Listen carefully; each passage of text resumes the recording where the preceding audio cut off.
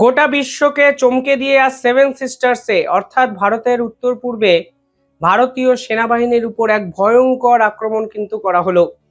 Specially যে লোকেশনে এই পুরো ঘটনাটি ঘটেছে তা মণিপুর সংলগ্ন একটি জায়গা, এবং এই মণিপুরেই কিন্তু ঠিক দুদিন আগে গেছিলেন ভারতবর্ষের প্রধানমন্ত্রী নরেন্দ্র মোদী। অর্থাৎ একটা জিনিস স্পষ্ট হয়ে যাচ্ছে যে বিচ্ছিন্নতাবাদী শক্তিরা এবং বিদেশি আন্তর্জাতিক বহু শক্তি ভারতের সঙ্গে এই সেভেন সিস্টার্স একত্রে যে আছে তা কিন্তু কিছুতেই মেনে নিতে পারছে না। ফলে বারংবার হুমকি হুঁশিয়ারি, ভারতের একাধিক মিলিটেন্ট দলকে কাজে লাগানো, সমস্ত কিছু করে তারা এবার সরাসরি ভারতীয় সেনাবাহিনীর গাড়ির উপর আক্রমণ করলো, যার ফলে প্রায় দুজন ভারতীয় সেনা কিন্তু শহীদ হলেন এবং হাসপাতালে এই মুহূর্তে ইনজোর্ড অবস্থায় প্রায় 5 থেকে 10 জন ভারতীয় সেনার সদস্য কিন্তু ভর্তি। কি হয়েছে পুরো ঘটনা দেখুন। এই মুহূর্তে মণিপুরকে কেন্দ্র করে শুধুমাত্র ভারতবর্ষের ইন্টারনাল পলিটিক্স যে উত্তপ্ত তা কিন্তু নয়। আপনাদের হয়তো মনে আছে রাষ্ট্রসংঘের যিনি কমিশনার ভল্টার টার্ক, তিনি এই মণিপুর ইস্যুটিকে আন্তর্জাতিকরণের চেষ্টা করেছিলেন। অর্থাৎ মণিপুরের উপর বিদেশি শক্তির নজর কিন্তু আজকে থেকে আছে তা কিন্তু নয়, বহুদিন ধরে ওয়েস্টার্ন কান্ট্রির লং টার্ম জিওপলিটিক্যাল গোল কিন্তু এই মণিপুর সংলগ্ন মায়ানমার বাংলাদেশকে কেন্দ্র করে একটি খ্রিস্টান রাষ্ট্র তৈরি করার, যে রাষ্ট্র তৈরি করার এই যে পুরো বিষয়টি ফাঁস করে দিয়েছিলেন শেখ হাসিনা। সেই মণিপুরে বর্তমানে মেতাই এবং কুকি এই দুই বিদ্রোহী গ্রুপ কিন্তু আছে, আপনারা অনেকেই জানেন। কিন্তু এই কুকি নামক বিদ্রোহী গ্রুপ কিন্তু এতদিন পার্বত্য অঞ্চলে অপারেট করত। কুকিদের হাতে অস্ত্রকে তুলে দিয়েছে, মিতেইদের হাতে অস্ত্রকে তুলে দিয়েছে। কিভাবে কুকিরা দিনের পর দিন বিদেশি অস্ত্র ব্যবহার করে ভারত সরকারের বিপক্ষে, কিভাবে তারা যে সরঞ্জাম ব্যবহার করে তার সবকিছুই বিদেশি সরঞ্জাম, কি এর ফান্ডিং কে করে, এই ধরনের অসংখ্য প্রশ্ন কিন্তু শেষ 1 বছরে ধারাবাহিকভাবে উঠেছে।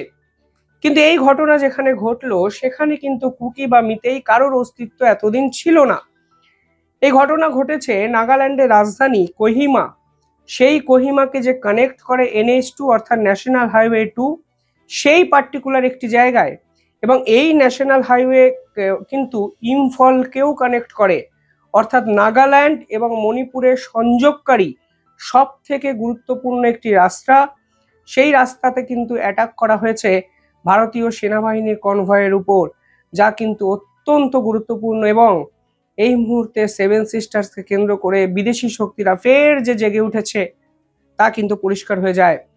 কিছুদিন আগে নরেন্দ্র মোদী যখন মণিপুর সফরে যান, এই ন্যাশনাল হাইওয়ের এই পার্টটা কিন্তু বন্ধ ছিল।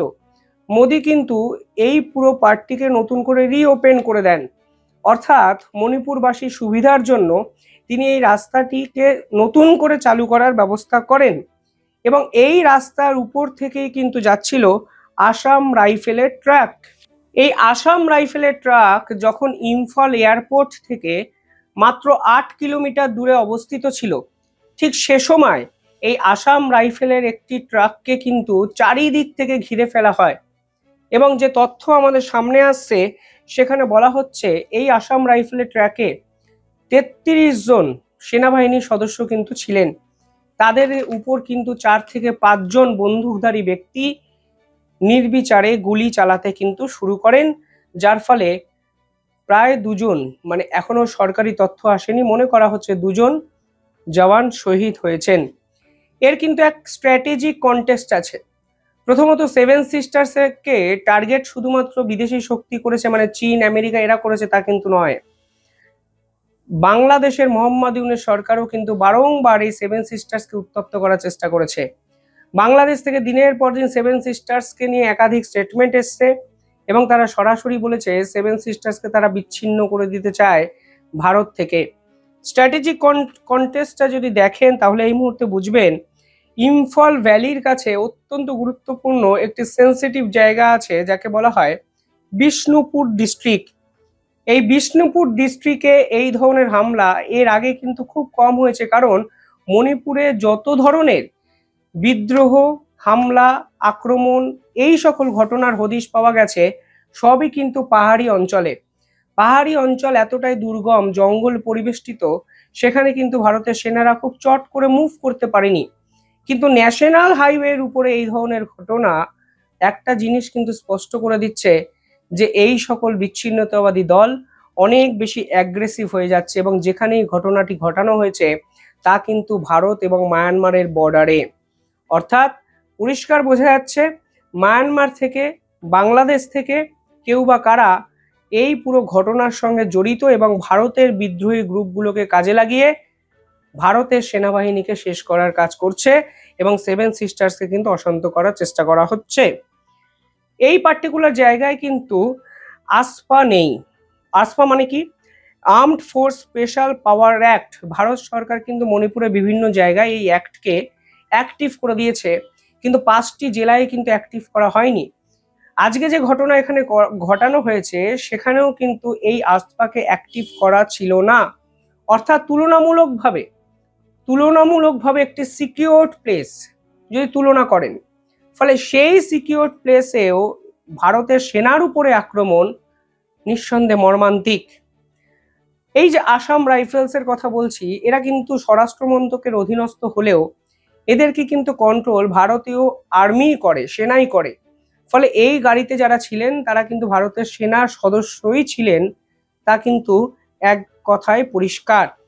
এর ফলে ইন্দো মায়ানমার বর্ডারে অনেক বেশি সিকিউরিটি হয়তো বাড়বে, নর্থ ইস্ট সেভেন সিস্টার্সে অনেক বেশি সিকিউরিটি বাড়বে, এবং এই মুহূর্তে লোকাল পুলিশ তারা কিন্তু বিভিন্ন জায়গায় যারা হামলাকারী তাদেরকে শনাক্ত করার চেষ্টা করেছে। কিন্তু সব থেকে বড় প্রশ্ন, সেভেন সিস্টার্স ভারতের উত্তর পূর্ব ফের একবার বিদেশি শক্তির আক্রমণের সামনে পড়ল। আমি বিভিন্ন সময় ভিডিও বানিয়েছি, অনুপ্রবেশকারী ইস্যু তুলে ধরেছি, একাধিক বাংলাদেশের অনুপ্রবেশকারী চক্রান্তকে আপনাদের সামনে তুলে ধরেছি, এবং বারবার করে বলেছি এই সেভেন সিস্টার্সকে কেন্দ্র করে অনেক বড় পরিকল্পনা কিন্তু বাংলাদেশে বসে কেউ না কেউ করছে, যা বাংলাদেশের মোহাম্মদ ইউনূস সরকার স্পষ্ট প্রশ্রয় দিচ্ছে। আজকে সেই পুরো ঘটনার হদিশ আমরা কিন্তু পেলাম। যাই হোক, এই পুরো ঘটনার দায় এখনো কোনো সংগঠন স্বীকার করেনি। কে বা কারা এই ঘটনার সঙ্গে জড়িত, সময় হয়তো সবকিছুই প্রকাশ্যে নিয়ে আসবে। কিন্তু সব থেকে ইম্পর্টেন্ট বিষয় হলো সেভেন সিস্টার্স কিন্তু ফের একবার বিদ্রোহীদের আক্রমণের শিকার হলো, যা মোহাম্মদ ইউনূসের পরিকল্পনা। মোহাম্মদ ইউনূস যা চেয়েছিলেন, মোহাম্মদ ইউনূসের সঙ্গে যা পাকিস্তান দিনের পর দিন পরিকল্পনা করেছে, তা কিন্তু আজকে দিনের আলোর মতো ফের একবার স্পষ্ট। কমেন্টে জানাবেন আপনারা কিভাবে দেখছেন পুরো ঘটনাটি। ধন্যবাদ।